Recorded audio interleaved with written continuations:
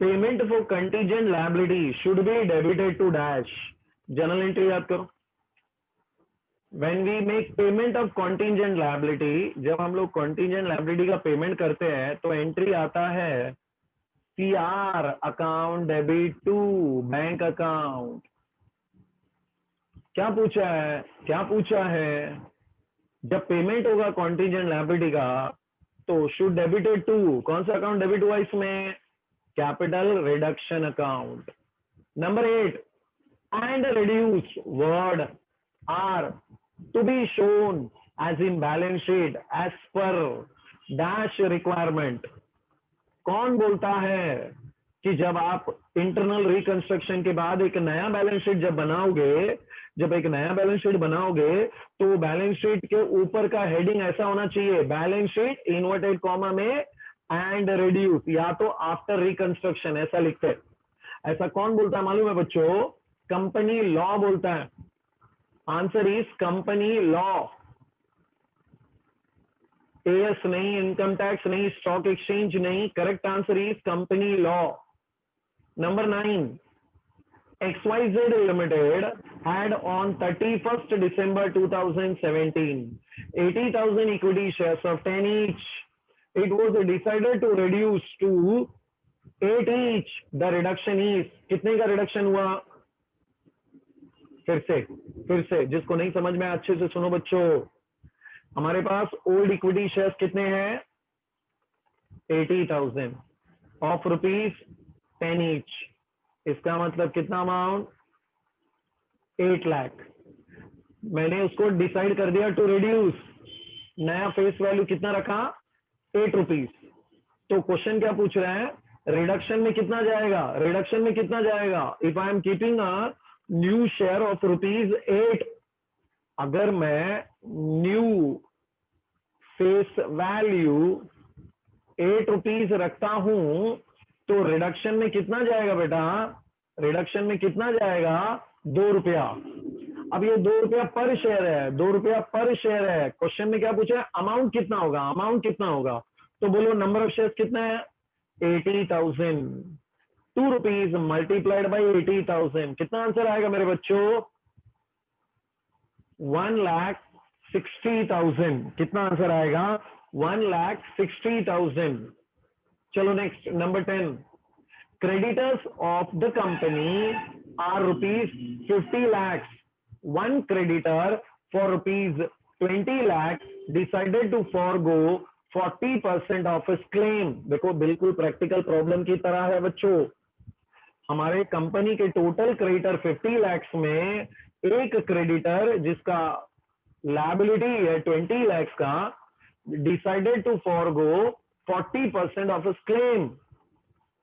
He is allotted 30,000 equity shares of 40 each in full satisfaction. The amount transferred to CR में कितना amount जाएगा? एकदम simple है ना सर।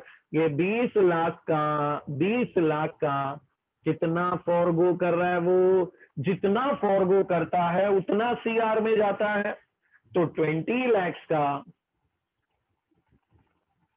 40% जो भी होगा बच्चों, कितना होगा?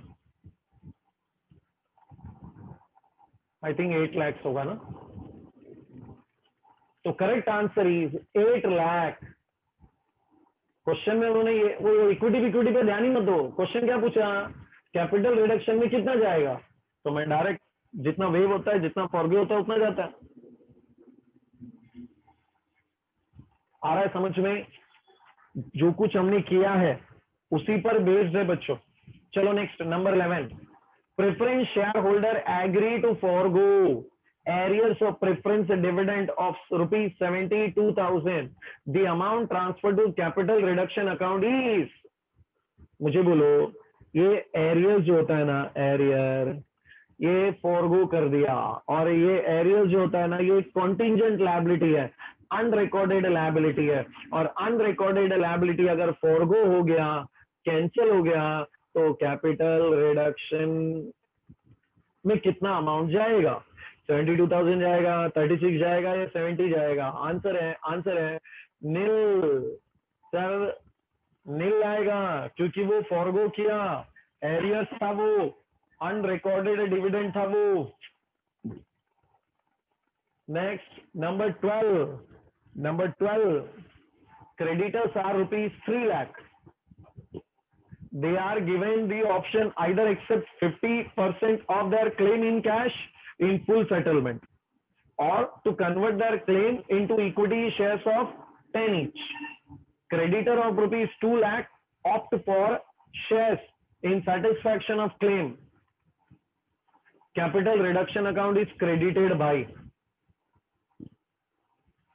थोड़ा सा दिमाग को अलर्ट करना पड़ेगा बच्चों, फटाफट कैलकुलेशन करते हैं। इधर बोलो क्रेडिटर कितना है?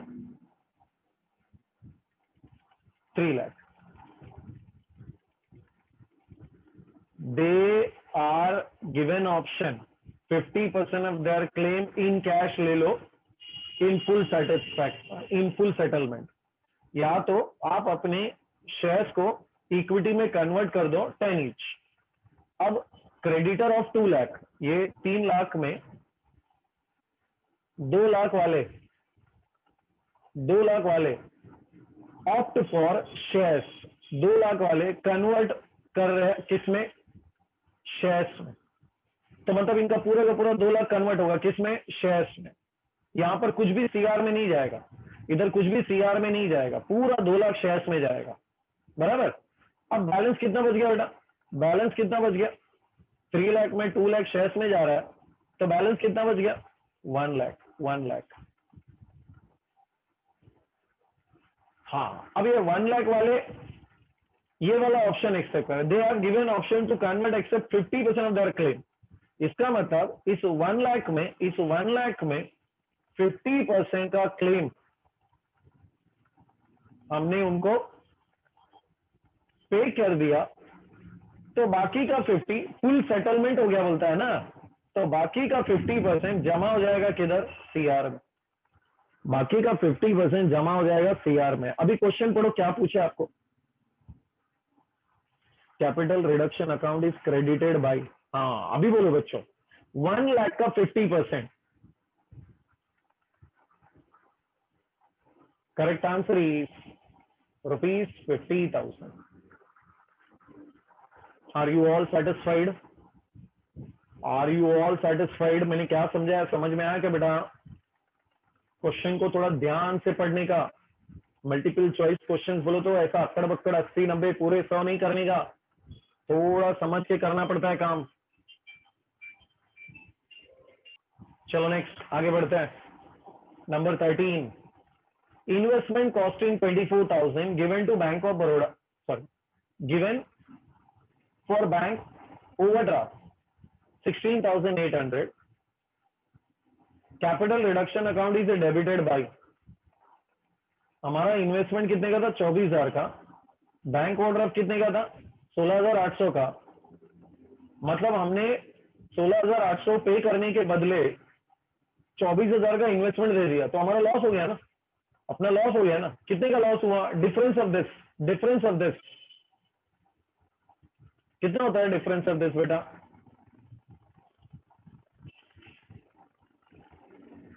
24,000 minus 16,800, answer comes 7,200।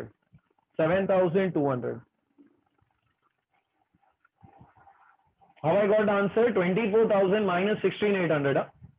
चलो next. Y Limited has 8,000 equity shares of 100 each fully paid. Each share is subdivided into 10 equity shares of ₹10 each. Number of shares after subdivision will be, आएगा आपको बच्चों? We have learned subdivision, हमने अलग से subdivision भी पढ़ा है, अगर आपको याद आ रहा है तो। सबडिविजन का मतलब क्या होता है समझाता हूं, सुनना जरा इधर। पहला शेयर कितना था अपने पास? 8,000 शेयर ऑफ ₹100 ईच। कितना अमाउंट होगा? 8 लाख, बराबर। अब हमने क्या किया? Each share is subdivided into 10 equity shares of 10 each. मतलब मैंने फेस वैल्यू अभी 10 रुपया कर दिया, टोटल अमाउंट में कोई फर्क नहीं आना चाहिए, टोटल अमाउंट में कोई फर्क नहीं आना चाहिए। तो मुझे बताओ बच्चों, नंबर ऑफ शेयर्स कितना करना पड़ेगा अभी, कितना नंबर ऑफ शेयर्स होगा तो अमाउंट 8 लाख ही रहेगा। Straight away 8 lakh divided by 10 करो, 8 लाख डिवाइडेड बाय 10 करो, कितना आंसर आएगा? 80,000 है क्या ऑप्शन में? 80,000, यस 80,000 बी वाला ऑप्शन है।